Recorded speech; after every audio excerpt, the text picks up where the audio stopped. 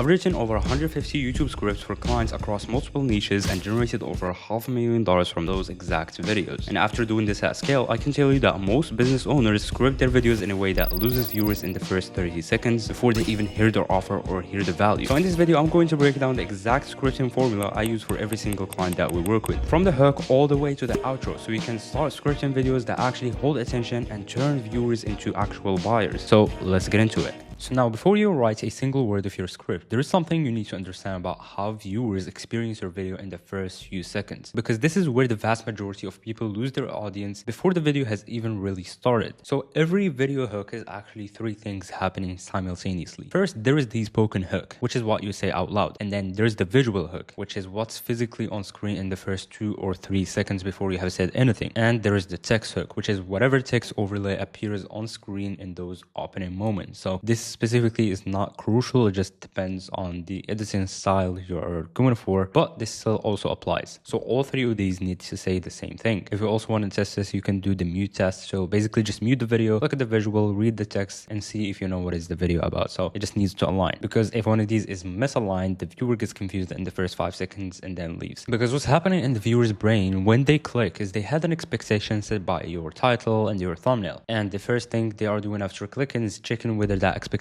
is being confirmed, obviously. So if you open with a visual that does not match the title, or a text overlay that says something slightly different from what you're actually saying out loud, even that small amount of inconsistency creates a moment of confusion, and confused viewers do not give you the benefit of the doubt. They obviously just leave the video. So what I want you to do is, before you film, before you finalize your scripts, check all three components. What is the first visual on screen going to be? What text will appear? What is the first thing you will say? All three need to land on the same exact message. So now let's talk about the 4 mistakes that cause hooks to fail. Now I want to go through each one specifically, because most bad hooks are not bad for like one reason. They are a combination of 2 or 3 or even more of these at once. So the first mistake is delay. This is probably the most common one. The creator takes too long to get to the actual point. They open with the greeting, like say, hey guys, welcome back to this new video. They give some background context. They tell you about what's the video about, and by the time they actually get the subject of the video, 1 minute have already passed and a significant percentage of their audience has already moved on because the hook was too long and it had too much fluff, basically. So the subject of your video needs to be unmistakably clear in your very first sentence. Someone who hears only your opening line should know exactly what topic this video covers. Now, the second mistake is confusion. So this happens when you say the topic quickly enough, but the language you use to describe it is not like immediately clear to the person watching. This shows up a lot with business owners who have been in their industry for years and have absorbed a lot of technical vocabulary that feels completely normal to them, but is genuinely confusing to someone who's newer to the space, especially people who sell info. If you sell a make money online offer, you're obviously talking to a beginner audience, okay? So you need to study your ICP and use their exact language and the words they actually use and understand. Just write your hook at the simplest possible reading level. Use short sentences, active voice, plain words. If a word requires the viewer to pause and think about what it means, it's a wrong word for the hook, okay? Now, the third mistake is irrelevance. The viewer understands what the topic is and they understand the words, but they don't feel like the video is specifically for them. They don't feel like that they are being spoken to directly. So the fix for this is pretty simple, and it makes a real difference. Just use you and your instead of I and me or most business owners whenever possible, okay? So when you say something like most people struggle with this, or most business owners do X, Y, and Z wrong, you're framing the viewer in a part of an anonymous group. But when you say if you're struggling with this X, Y, and Z problem right now, you're talking to them specifically. They feel spoken to directly. Those two phrasings create completely different emotional responses. You might not notice that directly, but trust me, it makes the difference, especially in your hook. Now, the fourth mistake is disinterest. Now, this is the subtlest and also the hardest to fix. So the viewer understands the topic, they feel like it's for them, but there's no pull. There's no open loop, no unanswered question. Nothing makes them feel like they absolutely need to stay to find out what's coming next in the next section or wherever that you're gonna cover in the video. So the solution for this is simply contrast. You need to create a gap between what the viewer currently believes about the topic and what you are about to tell them. The moment you say something that challenges an assumption they hold, their brain becomes curious. They need to stay to find out what you're claiming is actually true. Now, for a scripting video just like the one you are watching now, this might be something like, the reason your videos lose 70% of their viewers in the first 30 seconds has nothing to do with the topic or the editing. It's almost always the same 3 scripting mistakes. So this basically challenges the viewer's assumption about what causes bad retention, so they need to stay and watch the whole video to find find out what those 3 mistakes are. Now you can do this in the body as well. Just have open loops for every single section. Every time you finish a section, tease the next section, and like it has to be structured in a way that your first section has to be interesting, and then the second section has to be even more interesting. The third section has to be even more interesting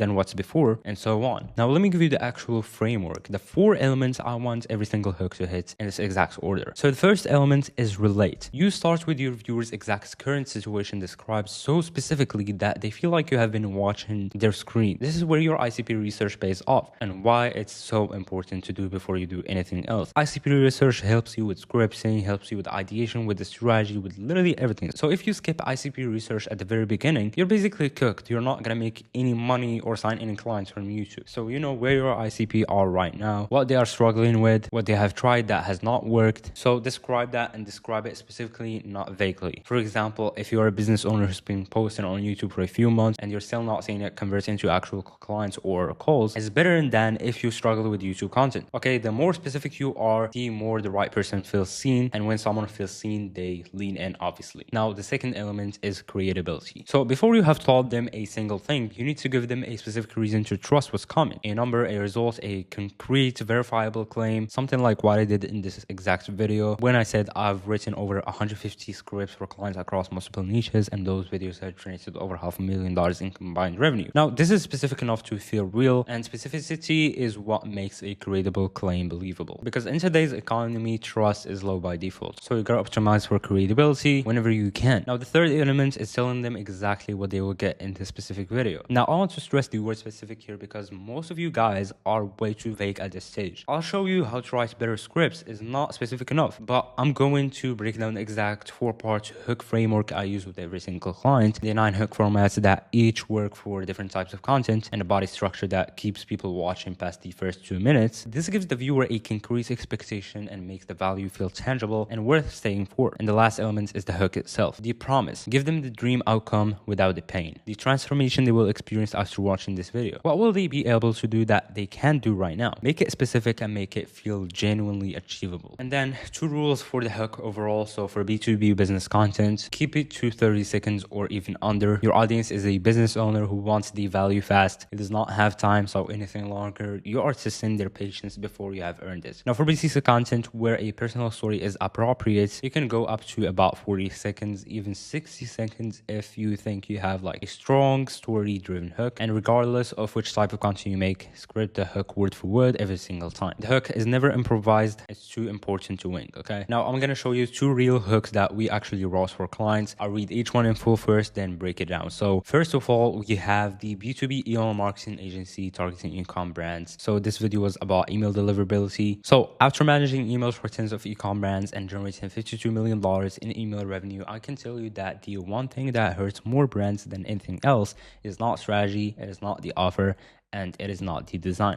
It's deliverability, emails landing in spam, or getting buried in the promotion tab before anyone ever sees them. So in this video, I'm going to show you exactly how to diagnose it, fix it, and make sure it never becomes a problem again. Now let's break this down and why it actually works. So the first sentence combines relate and credibility at the same time. $52 million is specific, not millions of dollars, not a lot of brands, not multiple brands. That specificity is what makes it believable. Then it names the problem in a contrarian way. It says the thing hurting your brand is not the strategy, not the offer, not the design, whatever. Those are the 3 things the viewer assumed the problem was. So when the hook reveals it's actually deliverability, they paused, they thought they knew. Now they're not sure, and that's the gap that makes them stay. And then the promise at the end is concrete and completable. Diagnose it, fix it, make sure it never happens again. Basically 3 things, very clear and achievable in one single video. Now for the B2C hook, this is a TikTok shop affiliate channel targeting beginners, make money online, offers type of stuff. So I'm gonna read this out loud for you. TikTok shop affiliate is the biggest money-making opportunity available to regular people right now, and most people still have no idea it exists. There are people quitting their 9-to-5s over this. People with 0 following, 0 experience, 0 business background are doing 10, 20, 50k months just by posting videos on YouTube, or sorry, on TikTok. And TikTok shop has only been around for about 2 to 3 years. The people getting in right now are going to look back at this moment the same way people look back at getting into Bitcoin in 2009. So in this video, I'm going to break down exactly what TikTok shop affiliate is,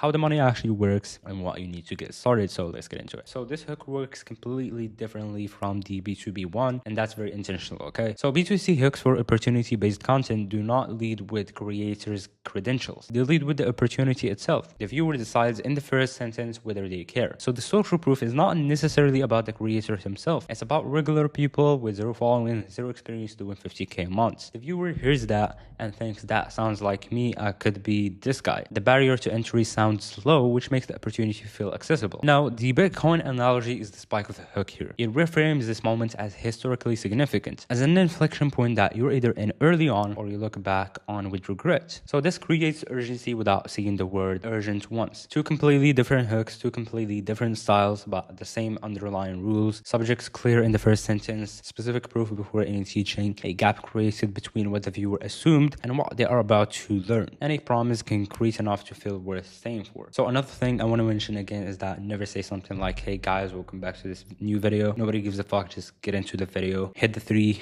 main things: the who, the what, the why. Basically the who is who this video is for, the what they're gonna get in this video, basically the outcome, the promise, whatever you want to call it, the why they should listen to you, creatability, what have you done, what results you have got for people, who you helped, etc. That's pretty much it when it comes to scripting the hook. Now moving on to the body of your video. So the body of your video is roughly 90% of the runtime, and there are two rules I want you to follow for every single video that you make. The first rule is bullets only, no word for word scripting. Now there is a crucial difference between the hook, which needs to be tightly scripted because every word matters in the first 30 seconds, and the body, which needs to feel natural and real because that's where your actual expertise needs to come through. Now when you read word for word scripts on camera, it kind of feels weird, okay? So bullet points solve this. You basically just write down the key things you need to hit for each point in the video. You glance at the bullet while filming, you look back at the lens, and you explain it from your actual knowledge as if you're talking to a friend who just asked you about this exact topic. So that's where authenticity comes from, and authentic content converts at a higher rate because people can tell the difference between someone who's reading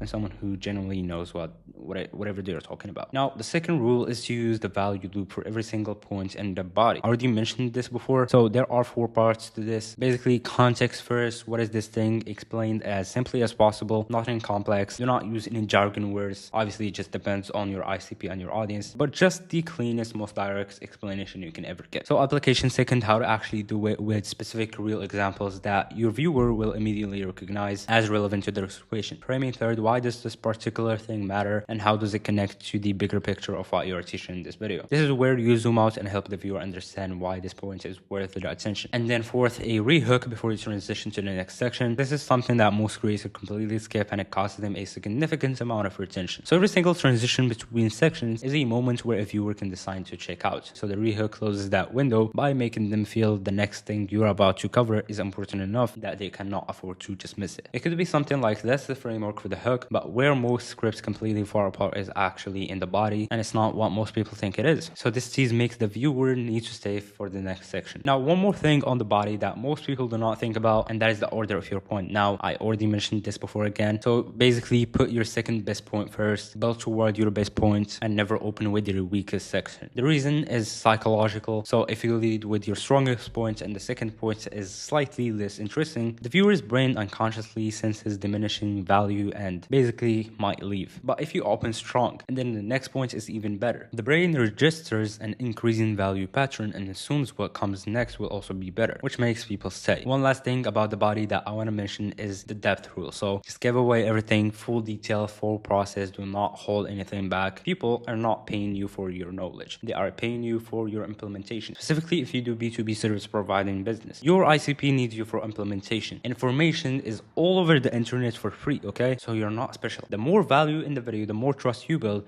and the more they want to hire you. It's just another psychological thing. Now let's talk about the 2 CTAs every single video needs. And I want to make a specific point about why there are 2 and not just 1. So I want you to understand that the average viewer retention on YouTube content for business owners is somewhere between 30 and 40%. That means if your video is 15 minutes long, the majority of your viewers have left the video before you reach minute 6. If your only call to action is at the end of the video, you're pitching to a small minority of your most engaged viewers and missing everyone else. Now the mid-video CTA fixes this. You basically just place it around the 30% mark of your video right after you have delivered enough value that the viewer already has a sense of your expertise and your style. Keep it to 2 or 3 sentences, make it sound natural, like a quick aside you're dropping into the conversation, then go immediately back into the content as if you never stopped. The viewers who are already sold after the first 30% of the video, the ones who have heard enough to trust you and want to take action, this gives them a moment to do that without having to wait until the end. And the viewers who are not ready yet barely notice the 2 sentences and continue watching. Now, when it comes to the outro, which is the last thing of our script